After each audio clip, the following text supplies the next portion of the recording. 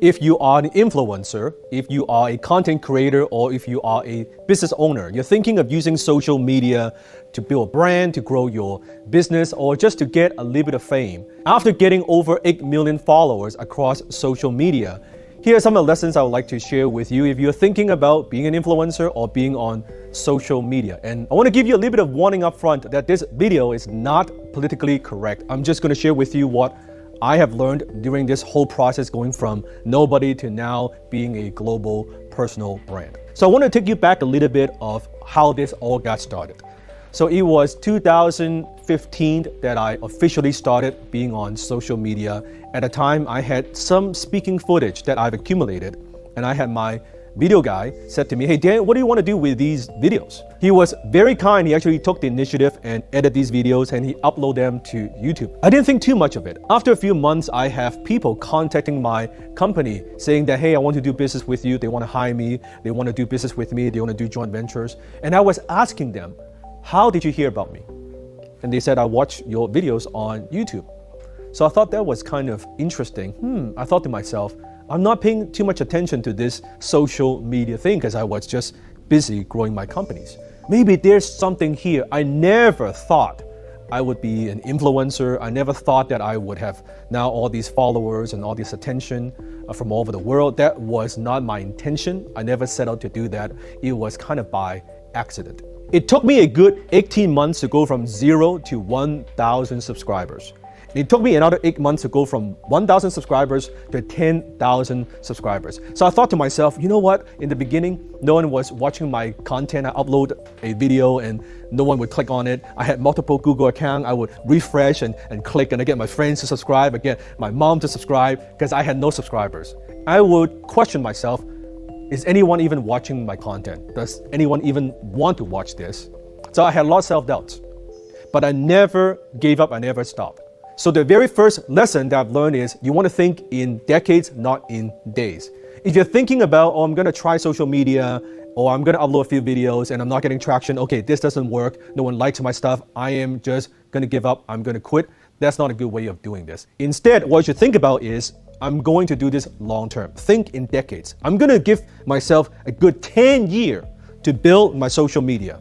Not 1 week, not 5 weeks, not 10 days, 10 years. So when you think in 10-year term, now suddenly you're not too hung up on, okay, I'm not getting traction for the first month or first couple years. Now here's what's interesting. As I share with you, 18 months, 0 to 1,000 subs, another 8 months to go from 1,000 to 10,000. Now I could have given up during that period of time, but I didn't, and you shouldn't either. Going from 10,000 subscribers to 100,000 subscribers on YouTube, it only took me 1 year. From 100,000 subscribers to 1 million subscribers, winning the gold little button from YouTube, that only took me another year. So within 2 years, we have 100x our followers on YouTube. So let me ask you this question. What if I would have given up the first couple months? So think in decades, not in days, if you're thinking of going on social media. Lesson number 2, many business owners and influencers, when they started building their followers, when they started getting some traction, and now people are liking their stuff and they have a little fan base, and when they try to make offers, when they try to monetize the audience, when they try to sell something, they usually get a lot of resistance and pushback from the fan base, from the viewers, or from the listeners. And when that happens, and usually they're like, oh, I'm not so sure, maybe I shouldn't sell. And then the fans are like, oh, you know, you're a sellout, why are you trying to sell me stuff? And they don't like it. And then as an influencer, as a business owner, then you stop. The lesson I want to share with you, and that's lesson number 2, is dollars over dopamine.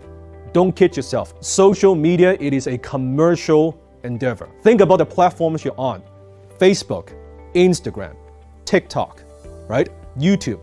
All these companies, they're all giant tech companies. It is a commercial enterprise. They are building this platform so that they can monetize your content.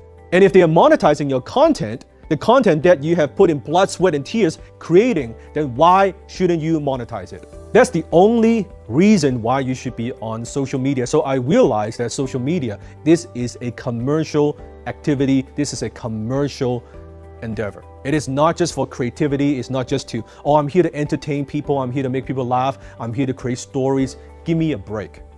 Think about Hollywood. They create stories to entertain people so that they could generate money from it. Think about Disney, the happiest place on earth. It is a money machine. So if you are going to be on social media, you should focus on getting dollars, not just dopamine kick. Lesson number 3, and I learned this the hard way. So in the beginning, when I was uploading videos and content on social media, what I noticed about myself was I was getting very anxious and I was getting very stressful. Because every single time I would upload something, I would immediately check, within an hour, how many likes are we getting? What are people saying? And are they liking my content? And how many comments are we getting? And what should I make next? And I was in that state of mind for quite a few years. And what I noticed is the more I pay attention to those things, the more anxiety that I felt. And then it stopped being fun. And I started thinking about, maybe I need to create this kind of content that's a little bit more controversial and that would get more attention and I would get more likes and that's what I wanted and all these things. And when I had people who disliked my content, when I had negative comments, quite frankly, lose sleep. I would be so upset. I would be like, why are they not liking me? What's going on? Why are they saying those things? Don't they know I spend so much time creating content? I was not in a happy place.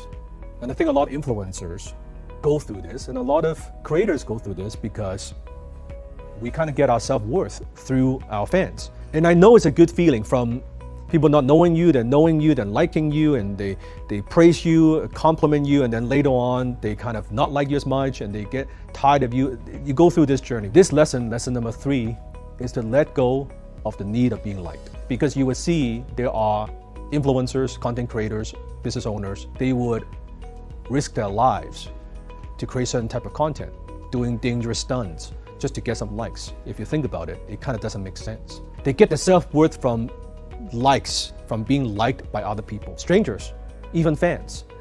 And I learned that that's not healthy. So instead of doing that, I let go of the need for being liked. Don't care if they like me or not. And truth is, people who like you, don't like you, or people see on social media, they made a judgment based on one video or one post that you do. They don't know you anyway. They don't know me. So why would you base your happiness on those people? It makes no sense. I see YouTubers, they risk their health because they want to maintain their status, they want to maintain their fame, and they forgot what is the most important thing in the world, and that's their happiness. And that's what I've learned. So lesson number 4, which ties to lesson number 3, is your ego is not your amigo. When I was growing my YouTube channel, my Facebook, my Instagram, I had certain goals in my mind. I had certain competition, certain target. And I set a goal to myself, you know what, in X amount of years, I'm gonna bypass so-and-so. I'm gonna have more followers than so-and-so, right? I want to be more popular than so-and-so. I wanted to be famous because I was trying to get my self-worth from the fame. But the truth is, I was insecure. And when I realized is when I bypass those numbers, when I bypass the target or the competition, it's actually not a competition because no one is competing except in my own mind. When I bypass those numbers, when I had more followers than so-and-so influencers, you know what I realized? No one gives a shit. My fans don't give a shit, right? My team doesn't give a shit. My wife doesn't even give a shit. The only person that gives a shit is me, my ego. Now I have more followers than him or than so-and-so. Who cares? It's not important. So don't let those numbers dictate who you are and how you feel. It's just the numbers. And the truth is, no one gives a shit except our own ego. I learned it the hard way. Lesson number 5, you want to monetize from day one. You shouldn't think about how I'm going to build this audience and once I have X amount of followers and somehow the number is always 1 million. I don't know why, because most business owners I talk to, once I get 1 million followers, then I would monetize my list, my community, then I can make money from it. You shouldn't think that way. When I went on social media, I was focusing on monetizing from day one because I knew I couldn't multiply 0. I'm not making money from this amount of followers. What makes me think that I would make money from this many followers? It makes no sense. So what I noticed is our company was generating 5-figure revenue when we had 4-figure followers. Not from AdSense or ad revenue or sponsorship, but from product sales, from joint venture relationships, from client flow, from strategic alliance, from opportunities from social media. And we were generating 7-figure revenue when we had 6-figure followers. And then we were generating 8-figure revenue when we had 7-figure followers. So I saw the correlation between followers and our revenue. That's the only reason why we're spending resources on it. And I say the same thing to you. So you want to monetize from day one because knowing you cannot multiply zero. If you're not monetizing when you had 4-figure followers, 5-figure followers, 6-figure followers, that's not going to help. You should be generating revenue or profits from that from day one. Lesson number 6, probably the most important one. As you gain popularity, as you gain followers, one thing that's guaranteed to happen is you are going to get trolls, haters, and parasites. What do I mean by that? As I was growing on YouTube, I think from a few 100,000 to even 1 million followers, I wasn't getting a lot of trolls and haters, but somehow when I bypassed the 1 million, suddenly it's like the world just comes down to you. It just crumbles around you, right? I was getting haters and trolls out of nowhere. People were using my name, and I was pissed off, right? I was thinking about, should I sue them? Should I take legal action? What should I do? And same thing gave me a lot of anxiety. And I didn't understand, like, why would these people attack me like this? They don't know me, right? And are people who would fabricate stories about me. They would exaggerate. They would just make up stories so that they would get likes and they would get attention to the channels or to the social media platforms. And in the beginning, I didn't know how to handle it. I was just upset. I was pissed off. I was lost. It would bother me for days and weeks. And now I finally understand why social media influencers, especially those with big following, that in front of the camera, they're happy, they're upbeat, and they're enthusiastic, but off camera, they're actually very depressed. And some of them even committed suicide. Because when you have tens of thousands of people, hundreds of thousands of people pointing fingers, saying nasty things about you, just trolls, attacking you for no reasons, day in, day out. Just imagine when you walk out of your home and your people saying that you suck, you're ugly, and you're no good, and this and that, all day, every day, 24/7. Just imagine that. So one of the things I've learned in order to do this, I have to develop alligator skin. You know what? I don't care what people think. I don't care what people say. Because if you do, you get your self-worth from that. It affects your emotions, and of course it does. You're gonna have a tough time doing this. Because the bigger you get, the more trolls you will get. And think about the parasites. Why do they need to use your name to talk about you, to badmouth you, to put you down, to elevate their own status? Because when they talk about themselves, no one gives a shit. No one wants to hear about them talking about themselves. So the only way for them to get their attention, to build followers, to even have the world know that they exist is they talk about you, because you've got a name.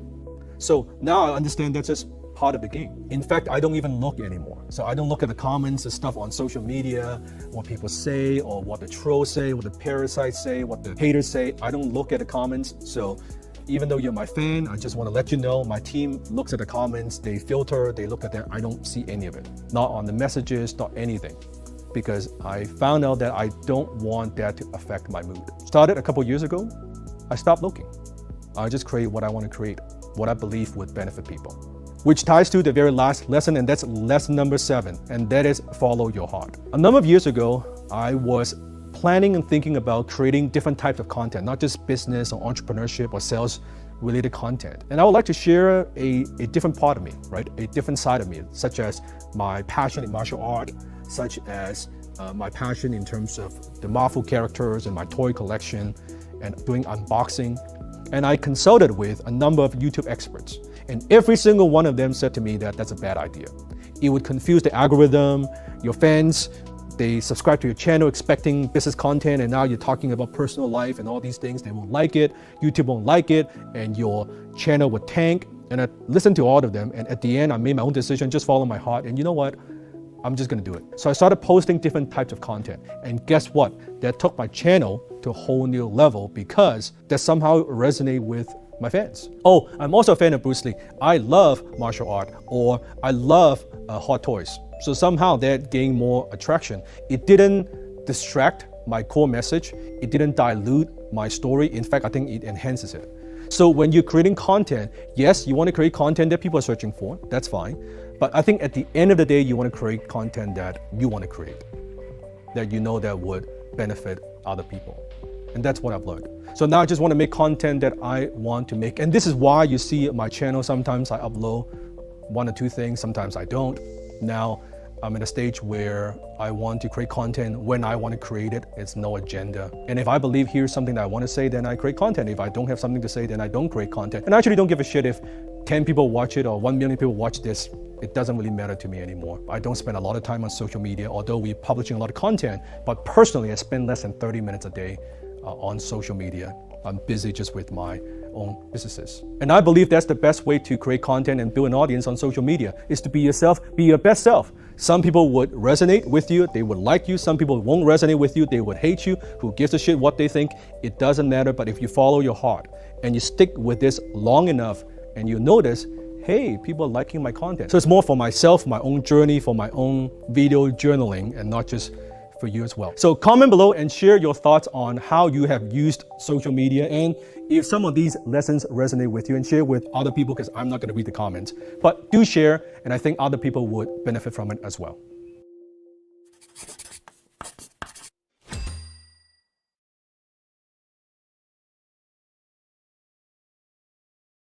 You've already built a thriving business, but the question is, how do you scale fast without burning out? How do you transition out of the day-to-day operations so you can make more profits and have more time and freedom? The answer is not some magical software that makes your life easier, and it's not hoping you could outsource all these problems to some agencies. If you want to know the secrets of how the top 0.1% entrepreneurs create high-performing and self-managed teams, join us for our upcoming SMART Challenge. Click the link below to secure your seat today.